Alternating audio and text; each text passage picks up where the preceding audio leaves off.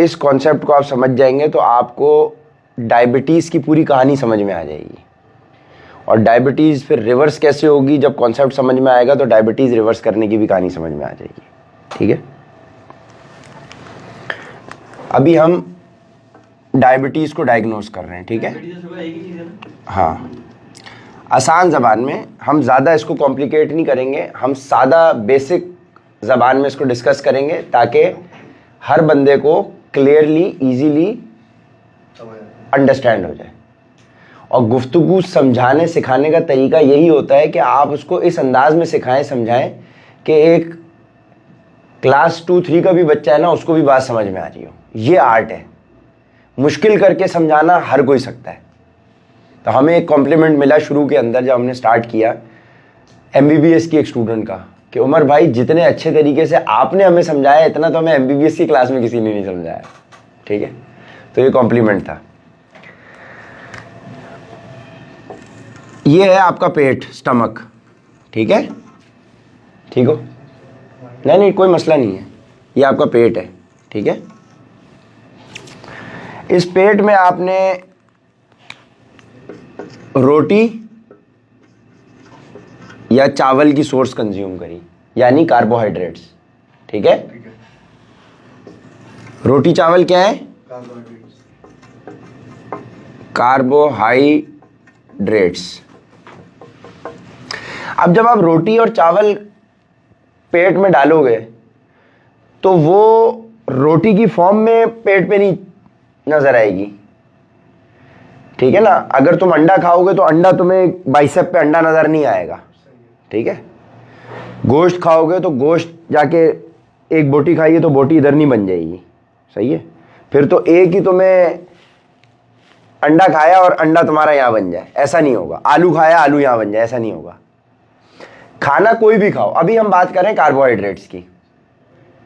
खाना खाओगे तो खाने के अंदर सिस्टम ये है कि पेट में तुम्हारी एक मशीन लगी हुई है, वो उस खाने को तोड़ेगी, उसका जूस निकालेगी।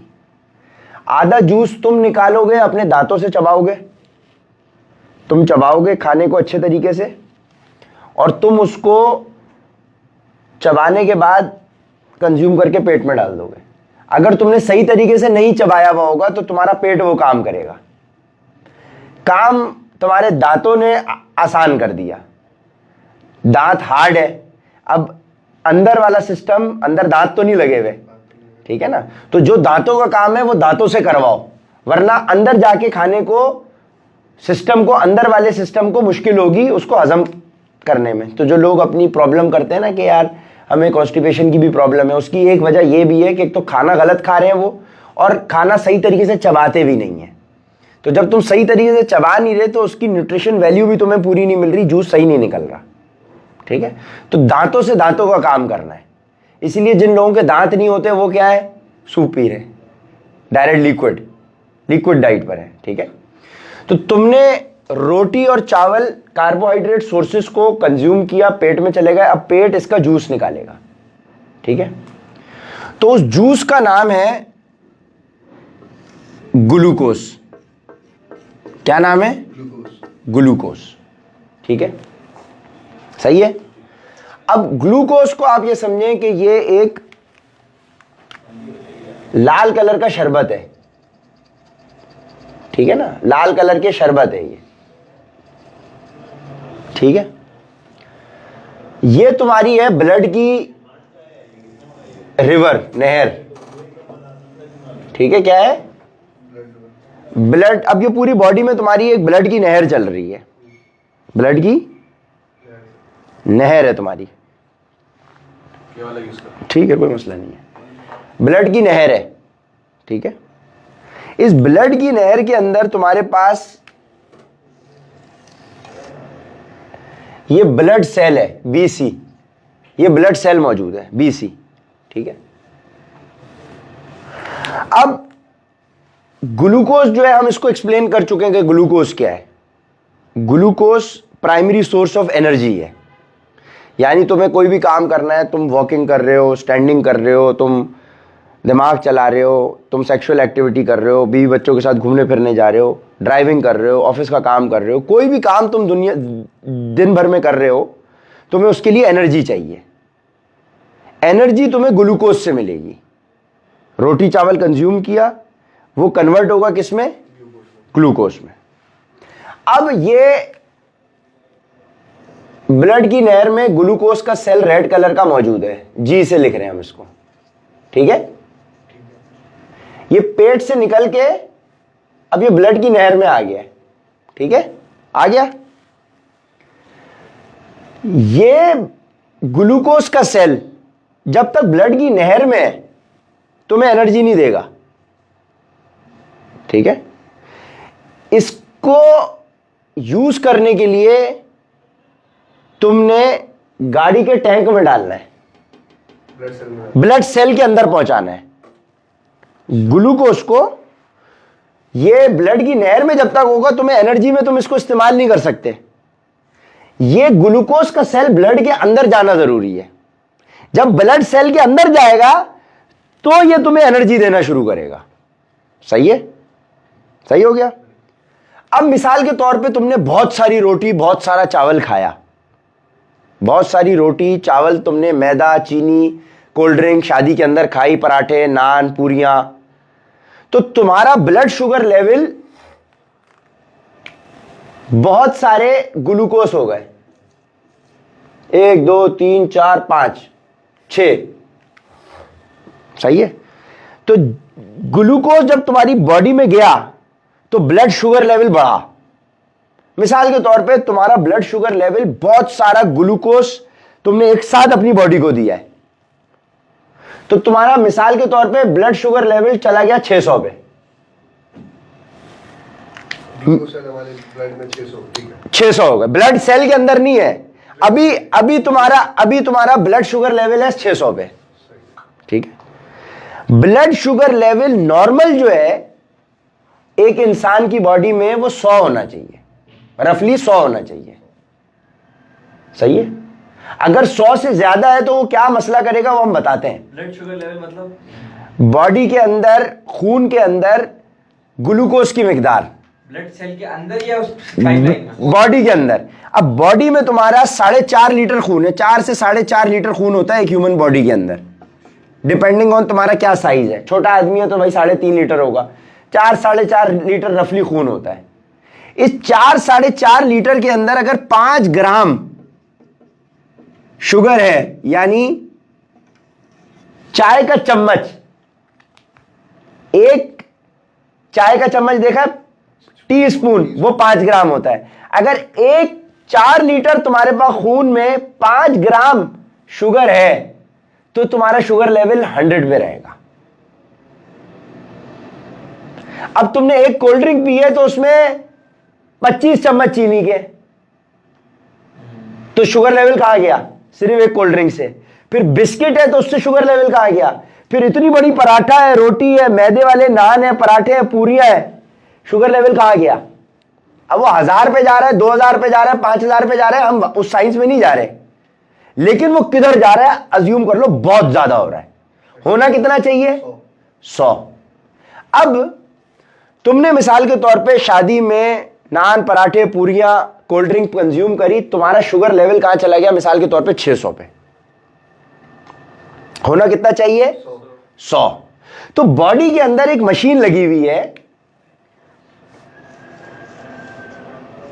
पैनक्रियाज।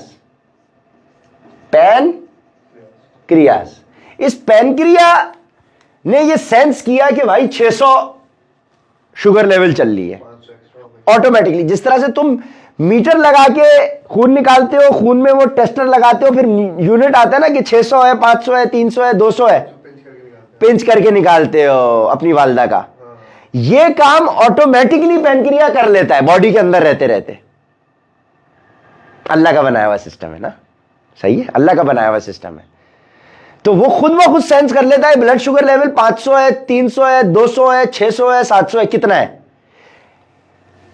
इसको 100 पे लेके आने के लिए, इसको कट डाउन करके 100 पे लेके आने के लिए कितनी इंसुलिन चाहिए? एक केमिकल पेनक्रिया रिलीज करेगा जिसको तुम इंसुलिन कहते हो। ठीक है, क्या कहते हो? इंसुलिन। इंसुलिन इंसुलिन कौन रिलीज कर रहा है? पेनक्रियास।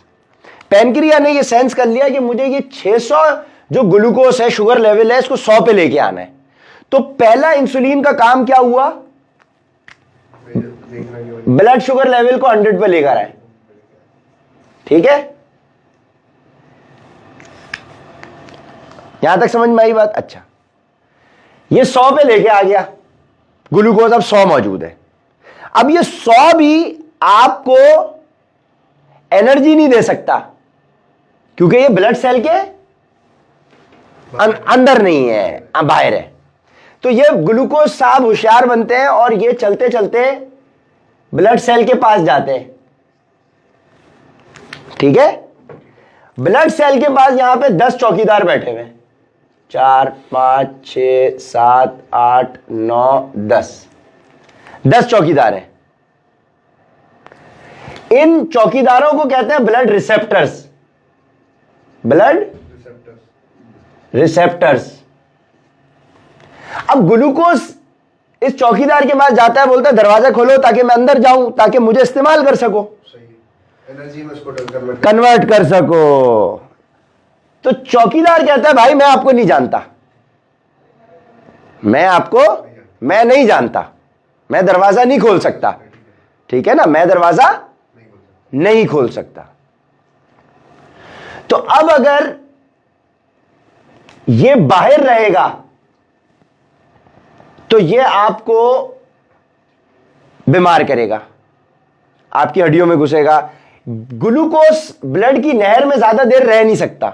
अगर ब्लड की नहर में रहेगा तो दूसरे ऑर्गन्स को डिस्टर्ब करेगा। इसका काम अंदर जाना है या 100 पे आना है। ग्लूकोज का प्राइमरी फंक्शन ब्लड सेल के अंदर जाना है। अगर ब्लड सेल के बाहर है तो ये नुकसान पहुंचाएगा। अब ये अंदर नहीं जा पा रहा, तो इंसुलिन इसको अपनी कंधे पे डालेगी और सिक्योरिटी गार्ड के पास आएगी। सिक्योरिटी गार्ड को बताएगी कि ये ग्लूकोज मेरे साथ आया है। सेम इंसुलिन जिसने पहले 5-600 जिसने इंसुलिन का दूसरा काम, बेहतरीन, इंसुलिन का दूसरा काम कि ये सिक्योरिटी गार्ड को आएगी, बताएगी कि भाई ये ग्लूकोज मेरे साथ आया है। ठीक है, तो सिक्योरिटी गार्ड दरवाजा खोल देगा और ग्लूकोज अंदर चला जाएगा। ठीक है, सही है। अब मेडिकली क्या होता है, ये हमने इसको सिक्योरिटी गार्ड की एग्जांपल से समझाया। अब मेडिकली क्या होता है कि इंसुलिन का सेल जो है, इंसुलिन आके ब्लड सेल के साथ, इसकी दीवार के साथ टकराती है। जैसे ही ब्लड रिसेप्टर के साथ टकराती है, ठीक है ना, टकराती है, तो अंदर जो है ना एक इस तरह की मशीन है जो सेंटर में खड़ी हुई होती है ब्लड सेल के अंदर। ये चलते चलते चलते चलते दीवार तक आ जाती है। ये चलते चलते चलते यहां तक आएगी और इसका मुंह यहां आ गया। जैसे ही इसका मुंह यहां आया, इसने ग्लूकोज को सक कर लिया, वैक्यूम की तरह से सक करती है। तो इंसुलिन इसको ट्रिगर, जैसे ये चिपकती है तो ये सेल घूमते घूमते दीवार तक आता है।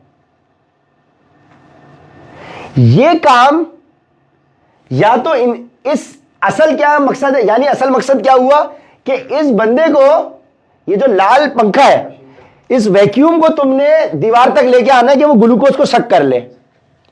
ये मशीन, ये वैक्यूम तुम्हारा दीवार तक या तो इंसुलिन की मदद से पहुंचेगा, इंसुलिन टच होगी तो ये हिलना शुरू होगा, या जब तुम एक्सरसाइज करोगे। अच्छा, समझे? जब तुम एक्सरसाइज करोगे तो कार्बोहाइड्रेट यूज होंगे एनर्जी के फॉर्म। तो ये मशीन चल के यहां तक आ जाएगी। अब समझ रहे हो, या तो ये एक्सरसाइज से चलेगा या इंसुलिन से चलेगा। इंसुलिन के दो काम समझ में आ गए, कम करना और एक पर लेके जाना। एक अंदर, यहां तक समझ में आए। अब कॉन्सेप्ट समझे आप, जिसको आप कहते हैं हाइपोग्लाइसीमिया। यानी low sugar, low sugar. Sugar level कम है। ये वो लोग हैं जो कि रोटी चावल चीनी कंज्यूम ही नहीं कर रहे, ठीक है। हाइपो यानी शुगर कम, ये कमजोर, तो इनका ब्लड शुगर लेवल 100 नहीं रहता, 100 से भी कम रहता है। ये हाइपो वाले कौन है? जो 60-70 पे शुगर लेवल रह रहे हैं। जब 60-70 पे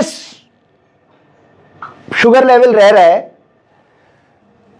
तो पैनक्रिया इंसुलिन रिलीज ही नहीं करेगा, क्योंकि अभी तक ज्यादा ही नहीं हुआ। पैनक्रिया इंसुलिन रिलीज नहीं करेगा। ये सिक्योरिटी गार्ड किसके इंतजार में बैठे हुए हैं? इंसुलिन भी इंसुलिन के। जब इंसुलिन आ ही नहीं रही, तो हो सक ही नहीं कर जब आ ही नहीं रही, तो 10 सिक्योरिटी गार्ड बोलेंगे कि यार हमारा काम ही नहीं है, छुट्टी पे जाओ, सेल ही नहीं आ रही, हमारा काम क्या है? तो ये फायर कर देंगे इनको। तो हाइपोग्लाइसीमिया में क्या हुआ? सिक्योरिटी गार्ड डेड हो गए, डेड हो गए ना, काम ही नहीं ले रहे थे उनके, डेड हो गए। ठीक है। तो लो शुगर में आपके ब्लड रिसेप्टर डेड हो गए। जब ब्लड रिसेप्टर डेड हो गए, सिक्योरिटी गार्ड चले गए। अब कल को ग्लूकोज आ भी गई, 100 आ गई, तो 3 दरवाजे, बाकी दरवाजे तो बंद है, सिक्योरिटी गार्ड ताला मार के गए हुए। तो ज्यादा टाइम तक अगर तुम लो शुगर में रहोगे तो तुम्हारे ब्लड रिसेप्टर के जो सेल होंगे वो डेड हो जाएंगे। तो ये भी तुम्हारे लिए नुकसानदेह है। ताले ही लग गए। ताले लग गए, ये भी नुकसानदेह है, बिल्कुल है। नुकसानदेह बात है। लो शुगर अंदर नहीं जाएगा, एनर्जी नहीं होगी। मतलब तुम्हारे ये सिक्योरिटी गार्ड डेड नहीं होने चाहिए ना। सिक्योरिटी गार्ड तुम्हारे लो शुगर में डेड हो गए। कैसे डेड हुए? क्योंकि इंसुलिन ही नहीं आ रही, तो उनका काम ही नहीं हो रहा। जब तुम एक मशीन को इस्तेमाल ही नहीं कर रहे तो बड़े बड़े जाया हो गई। ये सिनेरियो समझ में आ गया? इसीलिए लो शुगर का जूस वूस पिलाते हैं। जी जी। अब लो शुगर वाला बेचारा वो तो खा ही नहीं रहा ना कुछ, उसके पास तो ग्लूकोज है ही नहीं, ग्लूकोज भी नहीं आ रही उसको तंग करने, या मतलब ये खाली बैठा हुआ है, सुबह से शाम आ रहा है, काम ही नहीं है इसके पास, जाओ भाई। ठीक है। तो इसके बॉस ने इसको छुट्टी पे भेज दिया, उसको बोला उस्ताद जाओ, हम तुम्हारा खर्चा नहीं उठा सकते, जाओ छुट्टी पे, फायर कर दिया इसको, टर्मिनेट। 10 बंदे थे, 3 रख लिए, 7 भेज दिए। व्हाट्सएप बंद हो गया था, मार्केटिंग नहीं हो पा रही थी, सेल्स सही है, तो 10 बंदे, 10 में से 7 बंदे फारिग, 3 बंदे काम कर रहे हैं जो इस कमरे में बैठे हुए सही है। ये क्या हो गया? हाइपो ग्लाइसीमिया, लो शुगर का मसला। लो शुगर वाले बंदे इसीलिए प्रॉब्लम का शिकार होते हैं। अब दूसरा इशू है हाइपर ग्लाइसीमिया। हाइपर का क्या मतलब है? शुगर ज्यादा हो गई। हाँ, बेसिकली इस इशू की वजह से कम लोग बीमार पड़ रहे हैं। लो शुगर वाले कम ही लोग हैं आजकल, इतना शरीफ कोई भी नहीं है, ऊपर ही आ गई। सब ऊपर है। तो ज्यादातर तुम्हारा केस हाइपर का है। हाइपर मतलब हाई शुगर, हाई शुगर। अब हाई शुगर में क्या होगा? 600-700 हो रही है शुगर, तो पैनक्रिया को ज्यादा काम करना पड़ रहा है इंसुलिन ज्यादा। ज्यादा रिलीज करने के लिए, ठीक है। तो एक सिनेरियो तो ये होगा कि तुम्हारा पैनक्रिया चल चल के इंसुलिन बनाना छोड़ देगा, ठीक है। और बनाने के छोड़ने से पहले जो इंसुलिन बनाएगा वो वीक इंसुलिन बनाएगा। कमजोर होता जाएगा। पहले स्टेज में पैनक्रिया क्या होगा? वीक इंसुलिन बनाएगा, वीक इंसुलिन। इंसुलिन। तो वो इंसुलिन अपने काम को करने से पहले ही रास्ते में डेड हो जाएगी, यहां पहुंचने से पहले ही डेड हो जाएगी। इसको अपना काम सही कराने के लिए आप दवाई देते हो ग्लूकोफेज, कि बंदा इंसुलिन प्रोड्यूस कर रही है उसकी बॉडी, लेकिन इंसुलिन को करामत बनाने के लिए आप दवाई दोगे कि यार इंसुलिन, चलो पैनक्रिया इंसुलिन बना रहा है, पैनक्रिया को हेल्प मिल जाए, सपोर्ट मिल जाए, सही है, सपोर्ट के लिए दवाई दोगे। लेकिन ज्यादातर लोगों की बात आती तब है जब पानी सर से गुजर चुका होता है, बॉडी पैनक्रिया फारिग हो चुका होता है, तब लोगों को एहसास होता है। अब पैनक्रिया फारिग हो गया तो वही वाली सिनेरियो, सिक्योरिटी गार्ड आ ही नहीं रहे, ग्लूकोज लेकिन मौजूद है। और इंसुलिन वहां तक जा ही नहीं है, तो वही नहीं है। अब ग्लूकोज ब्लड में तो यहां मौजूद है, नहर में। अंदर नहीं जा पा रही क्योंकि सिक्योरिटी गार्ड डेड हो गए डेड है। तो ग्लूकोज बाहर रह के क्या करेगा? और जगहों पे ऑर्गन्स खराब करेगा और ऑर्गन्स खराब करेगा, आंखें कमजोर होंगी, बाल सफेद होना शुरू होंगे, हड्डियां कमजोर होना शुरू होंगी। एक्सेस शुगर तुम्हारी ब्लड को खराब तो करना शुरू करेगी, ये खराब कर रहा है सारा काम, ये लेकिन तुम्हारी बॉडी को जिंदा तो रहना है। तो ब्लड सेल बॉडी अपने आप को जिंदा तो रखेगी जितनी कोशिश, जितनी देर तक रख सकती है।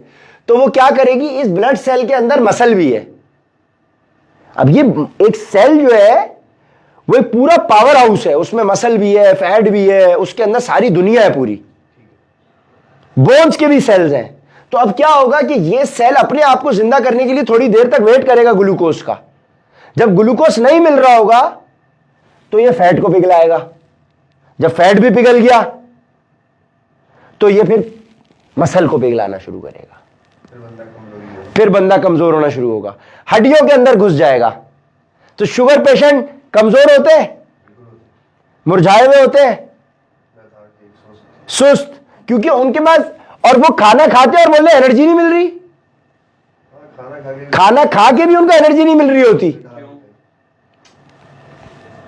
ग्लूकोज अंदर नहीं जा पा रहा ना बेटा, कैसे मिलेगी जब तक वो ब्लड क्योंकि इंसुलिन ही नहीं प्रोड्यूस हो रही ना। तो अब उनको क्या करना पड़ता है, एक्सटर्नल इंसुलिन इंजेक्ट करनी पड़ती है, जो इंसुलिन का जो आपके इस पंखे को यहां तक लाए कि ग्लूकोज अंदर जाए। अब ये रिकवरेबल नहीं है, पाप से अब पहले। सुन लो ना, सुन तो लो, बंद करके कान बैठे हुए हो ना, क्योंकि जो मैं बता रहा हूं तुम दूसरी जगह चलेगा, तुम सोच में वही रुक गए, आगे नहीं फॉलो किया तुमने। मुझे बताते कि फॉलो नहीं किया तो मैं रुकता, उसने फॉलो किया 3 बंदों ने, इसीलिए मैं, समझ रहे हो, क्योंकि तुम अपनी कहानियों में चले गए कि अब मैं उस बंदे को क्या सिखाऊंगा। सही है, तो नहीं, तो एक स्टेप आगे चले गए ना, इसलिए पीछे की गाड़ी निकल गई तुम्हारी। अब वीडियो पूरी हमने इसीलिए बनवाई है कि फिर सुनना वीडियो को, ठीक है ना, फिर वीडियो को भी सुनना। अब क्या हुआ, अब तुम्हारी इंसुलिन प्रोड्यूस नहीं हो रही। अब जो डायबिटिक बंदा है उसको एक्सटर्नल इंसुलिन इंजेक्ट करनी पड़ेगी। अब अल्लाह का तो ऑटोमेटिक सिस्टम था कि उसने सेंस किया कि भाई 600 इंसुलिन शुगर है, 700 है, 800 है, 1000 है, कि मुझे 100 पे लाने के लिए कितने कतरे इंसुलिन के फेंकने हैं, कितने यूनिट फेंकने हैं मुझे इंसुलिन के। तुम्हें तो नहीं पता, तुम तो ट्रायल एंड एरर करोगे। कभी ट्रायल करोगे तो हो सकता है तुम इंसुलिन ज्यादा मार दो बॉडी के अंदर। जब तुम ज्यादा मारोगे तो क्या होगा, वो जाके तुम्हारे सिक्योरिटी गार्ड को अगर तुमने ज्यादा इंसुलिन इंजेक्ट कर दी तो क्या होगा, 10 सिक्योरिटी गार्ड थे, इंसुलिन के 100 कतरे चले गए, तो बंदे मार देंगे। पहले मैं जाऊंगा, पहले मैं जाऊंगा, पहले मैं जाऊंगा। तो ज्यादा इंसुलिन तुमने इंजेक्ट कर दी तो बंदे मार देंगे सिक्योरिटी गार्ड, और अगर कम इंसुलिन जाएगी तो भी सिक्योरिटी गार्ड चले गए। दोनों सिनेरियोज में तुम्हारे सिक्योरिटी गार्ड फारिग हो रहे हैं, ब्लड रिसेप्टर्स, ठीक है, दोनों सिनेरियोज में। यानी तुम इंसुलिन ज्यादा मार रहे हो तो भी, कम मार रहे हो तो भी। अब समझ में, क्योंकि तुम तो ट्रायल एंड एरर कर रहे हो ना, तुम्हें तो नहीं पता कि तुम कितनी रोटी खाओगे तो कितने यूनिट इसको लगाने, कितना लेवल है, ठीक है। अब डॉक्टर क्या करता है, डॉक्टर अपने तजुर्बे से बताता है कि इतनी रोटी, इतना आपका लाइफस्टाइल है, इतनी रोटी खाओगे तो इतने यूनिट लगा लेना। लेकिन वो इक्का दुक्का कतरा ज्यादा ही होंगे। अगर इक्का दुक्का कतरा ज्यादा जा रहे हैं इंसुलिन के तो ब्लड रिसेप्टर खराब कर रही है बॉडी, और अगर इक्का दुक्का कतरा कम जा रहे हैं तो बंदा ग्लूकोज ब्लड में रह रही है इधर बाहर, और वो बॉडी के ऑर्गन को खराब कर रही है। तो जब बंदा डायबिटिक हो गया, अब उसको रिवर्स करने का उसके पास क्या उसूल है। पहली चीज वो अपनी डाइट ठीक करेगा, और डाइट बताएगा कौन, कंसल्टेंट। अब अपने मुंह से अपनी तारीफ अच्छी नहीं लगती, अल्हम्दुलिल्लाह हमारे से बड़ा प्रोफाइल पूरे पाकिस्तान में किसी का नहीं है, ठीक है। अभी तो हम पाकिस्तान में, इसीलिए अभी इंशाल्लाह नेक्स्ट ईयर जो हम यूएई में जा रहे हैं तो उसके बाद हम कहेंगे कि मुत्तहिद अरब अमारात और पाकिस्तान, मतलब एशिया में, एशिया और अरब ममालिक के अंदर, फिर कॉन्टिनेंट वाइज हम हो जाएंगे नंबर 1 इंशाल्लाह। फिर जब हम 7 कॉन्टिनेंट से पहुंच जाएंगे तो फिर वर्ल्ड नंबर 1 भी हो जाएंगे। टारगेट यही है, ठीक है ना। क्योंकि जो सॉल्यूशन हम जिस तरह से दे रहे हैं कोई भी नहीं दे रहा और कोई दे भी नहीं सकता, ये अल्लाह की तरफ से, समझ रहे? तो कहने का मकसद क्या कि ज्यादा इंसुलिन भी प्रॉब्लम करेगी, कम इंसुलिन भी प्रॉब्लम करेगी। आपको इसके सॉल्यूशन के लिए डाइट सबसे पहले ठीक करनी है, और डाइट ठीक करके आपने कंसल्टेंट के साथ राब्ते में रहना है ताकि वो आपको मॉनिटर करे। अब मिसाल के तौर पे मैंने एक बंदे को एक उसके रूटीन के हिसाब से डाइट दे दी और मैंने उसको, वो यूनिट भी लगा रहा है, यूनिट भी बैलेंस चल रहे हैं, लेकिन उस रूटीन के बंदे ने 1 घंटे की एक्टिविटी, शादी ब्याह का सीजन था, फैमिली के साथ मॉल चला गया घूमने। हमने जो उसको प्लान दिया था वो उस रूटीन के हिसाब से था, उसमें वो 1 घंटे की एक्स्ट्रा एक्टिविटी शामिल नहीं थी। जैसी 1 घंटे की एक्स्ट्रा एक्टिविटी शामिल हुई, उसकी एनर्जी बर्न हो गई, उसको और एनर्जी की तलब हो जाएगी। जब एनर्जी की तलब ज्यादा होगी तो उसको रोटी चावल बढ़ाना पड़ेगा, साथ में इंसुलिन भी बढ़ानी पड़ेगी। इसीलिए डायबिटिक पेशेंट्स को रूटीन अपना मॉनिटर करना पड़ता है, एक एक लम्हा मॉनिटर करना पड़ता है कि भाई मैं इससे ज्यादा वर्कआउट नहीं करूंगा, क्योंकि अगर मैं 1 घंटे का वर्कआउट कर रहा हूं, इतना खाना खा रहा हूं, दोपहर में, शाम में, रात में इतने यूनिट लगाता हूं और इतनी एक्सरसाइज करता हूं, तो मेरा शुगर लेवल बराबर रहता है। लेकिन उस रूटीन में उसने 2 घंटे की एक्सरसाइज ज्यादा कर ली, अब बढ़ानी है शुगर या कम करनी है, ऑटोमेटिक सिस्टम फारिग हो चुका है, अल्लाह का बनाया हुआ सिस्टम। अब तुम अपनी अकल के बलबूते पे चल रहे हो या डॉक्टर की अकल के बलबूते पे चल रहे हो, और डॉक्टर तुम्हारे साथ ट्रायल एंड एरर करेगा। कितने ही डायबिटिक पेशेंट जो फारिग हो रहे हैं वो डॉक्टर्स की ट्रायल एंड एरर के चक्कर में हो रहे हैं। कंपनी आई, उसने नई इंसुलिन रिलीज करी, यार ये चिपकाओ क्लाइंट को, ये हो जाएगा, कमीशन आ जाएगा, ठीक है ना, समझ रहे हो? बंदे के साथ ट्रायल हो रहा है, उस बंदे को कुछ नहीं पता, बेवकूफ है बंदा, और वो बंदे के साथ ट्रायल होना डिजर्व करता है। वो क्यों? वो डायबिटिक पेशेंट जिसके साथ डॉक्टर तजुर्बा कर रहा है वो डिजर्व करता है कि उसके साथ ये सब हो, क्योंकि उसने अपनी बॉडी को, जिसके साथ उसने पूरी जिंदगी गुजारनी थी, उसने उस बॉडी को समझने के लिए अकल इख्तियार नहीं करी, वो दूसरों की अकल पे डिपेंडेंट रहा। तो जो बंदा अपने हिस्से का काम नहीं करेगा तो फिर लोग उसको खाएंगे, और वो डिजर्व करता है कि उसके साथ ऐसे ही हो। ठीक हो गया? पहली चीज तुम्हें अपनी डाइट ठीक करनी है, और तुम्हें अपनी एक्सरसाइज बढ़ानी है कि अगर तुम एक्सरसाइज बढ़ा लो और डाइट ठीक कर लो तो ये जो वैक्यूम है ये 2 चीजों से चल रहा है, एक एक्सरसाइज से, एक इंसुलिन से। अगर तुम इंसुलिन नहीं भी दो और एक्सरसाइज कर लो तब भी वो शक करने के लिए आगे तो शक करने के लिए आगे आ जाएगा, तो तुम्हें इंसुलिन की जरूरत भी नहीं है। That is how you reverse diabetes. और अगर उसका पैनक्रिया काम कर रहा है, वीक है, तो ये हेल्दी हो जाएगा जब तुम एक्सरसाइज करोगे। लेकिन अगर डेड हो चुका है तो फिर मुश्किल है। सिंपल, अगर फारिग हो गया तो प्री डायबिटिक बंदा रिवर्स कर सकता है अपनी डायबिटीज। डायबिटीज टाइप 1 ठीक है? टाइप 1 वो है जो ये है, टाइप 2 वो है जो बंदे जेनेटिकली पैदा होते हैं जिनका पैनक्रिया फारिग होता है, हाँ, जो बना ही नहीं रहा इंसुलिन। और जो प्री डायबिटिक होते हैं, जो बॉर्डरलाइन, प्री डायबिटिक कौन है? कि जिन लोगों की डाइट खराब होने की वजह से उनकी इंसुलिन रास्ते में खराब हो रही है, काम नहीं कर पा रही, वो प्री डायबिटिक, वो प्री डायबिटिक है, बॉर्डर लाइन पर है। इसका मतलब उनका पैनक्रिया काम कर रहा है, अभी आ गया तो सुधर जाएगा, अभी आ रहा है तो तू सेट हो जाएगा, 0 मीटर हो जाएगा। लेकिन अगर तू उस्ताद पैनक्रिया फारिग होने के बाद आ रहा है तो तुमने क्लाइंट से ये पूछना है जो आते हैं हमारे पास कि भाई आप इंसुलिन लगा रहे हैं या दवाई पर है।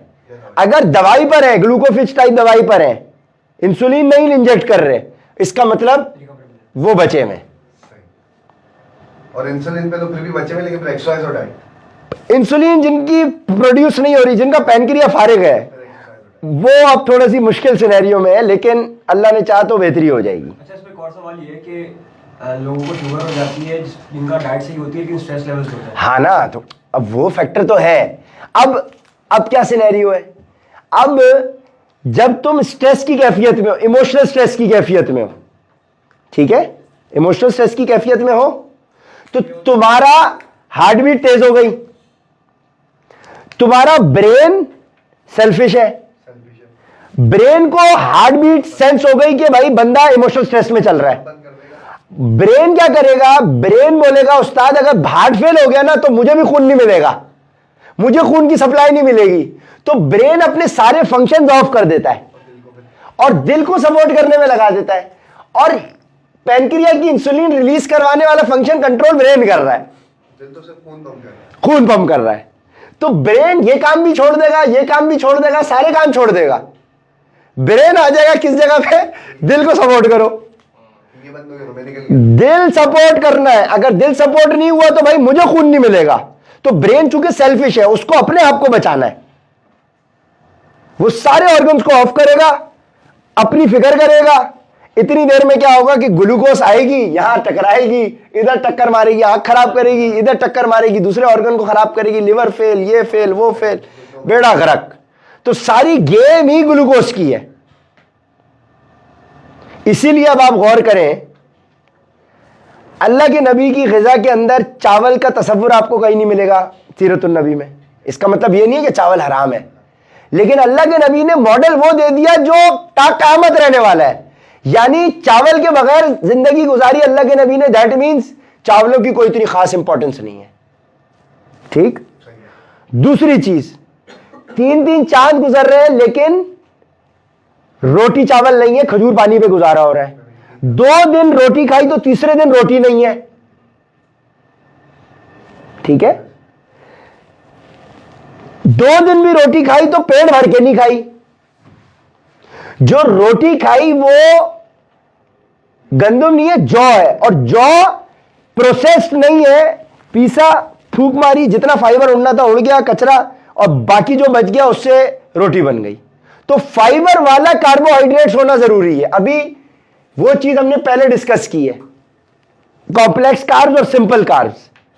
अब मसला क्या है कि ग्लूकोज तुम्हारी बॉडी में कितनी तेजी से आ रहा है, ये तेजी कंट्रोल कर सकते हो अगर तुम कार्बोहाइड्रेट्स की क्वालिटी बेहतर कर दो।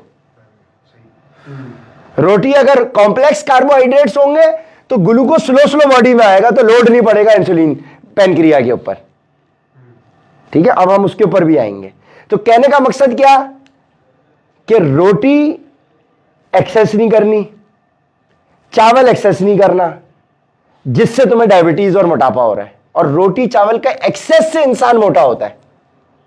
अब ये ग्लूकोज एक्स्ट्रा बॉडी में चला गया, ब्लड सेल के अंदर, जरूरत नहीं थी, बॉडी को यूज करने की जरूरत थी 1 ग्लूकोज का सेल, तुमने एक साथ 10 दे दिए, तो 9 ग्लूकोज के सेल जाके अंदर फैट में स्टोर हो जाएंगे और चर्बी बनना शुरू हो जाएगी। एक्सरसाइज भी नहीं करी, ऊपर उसको खर्च ही नहीं किया, स्टोर हो गया, खर्च ही नहीं किया, वो स्टोर हो गया। हाँ। अल्लाह के नबी तो 4 खजूरें खाते थे, वो तो अब खजूर वो चीज है जिसके अंदर फाइबर भी है, विटामिन मिनरल्स भी हैं, जो इंस्टेंट एनर्जी भी दे रहा है, ब्लड शुगर लेवल को उस तरह से स्पाइक भी नहीं कर रहा, कंट्रोल कर रहा है। मैग्नीशियम भी है उसमें, जिंक भी है, तो वो तुम्हारे ब्लड शुगर लेवल को कंट्रोल रख रहा है। सही है। अब खजूर की प्रॉपर्टीज पढ़ो जाके तो तुम्हें समझ में आएगा खजूर के बेनिफिट्स। उसके अलावा और उस चीज को समझने से पहले ये सिनेरियो समझ में आ गया। ठीक है। अब ये तुम्हें कितना डायबिटीज समय, आपकी वालदा है ना डायबिटिक, ये हुआ उनके साथ, डाइट भी खराब और गम भी लिए उन्होंने, गम भी लिए है ना। अब्बा के जाने के बाद इनकी अम्मा चली गई इमोशनल स्ट्रेस में। डाइट ठीक भी हो तो इमोशनल स्ट्रेस के अंदर सिस्टम ऑफ हो गया। इसीलिए असल गेम डाइट से पहले इमोशनल स्ट्रेस की है। तो हमारे 90% क्लाइंट को इमोशनल स्ट्रेस पे गाइड करना पड़ता है। उनकी चप्पल में उतर के देखना पड़ता है। ठीक है ना। एक तो ये सिनेरियो समझ में आ गया।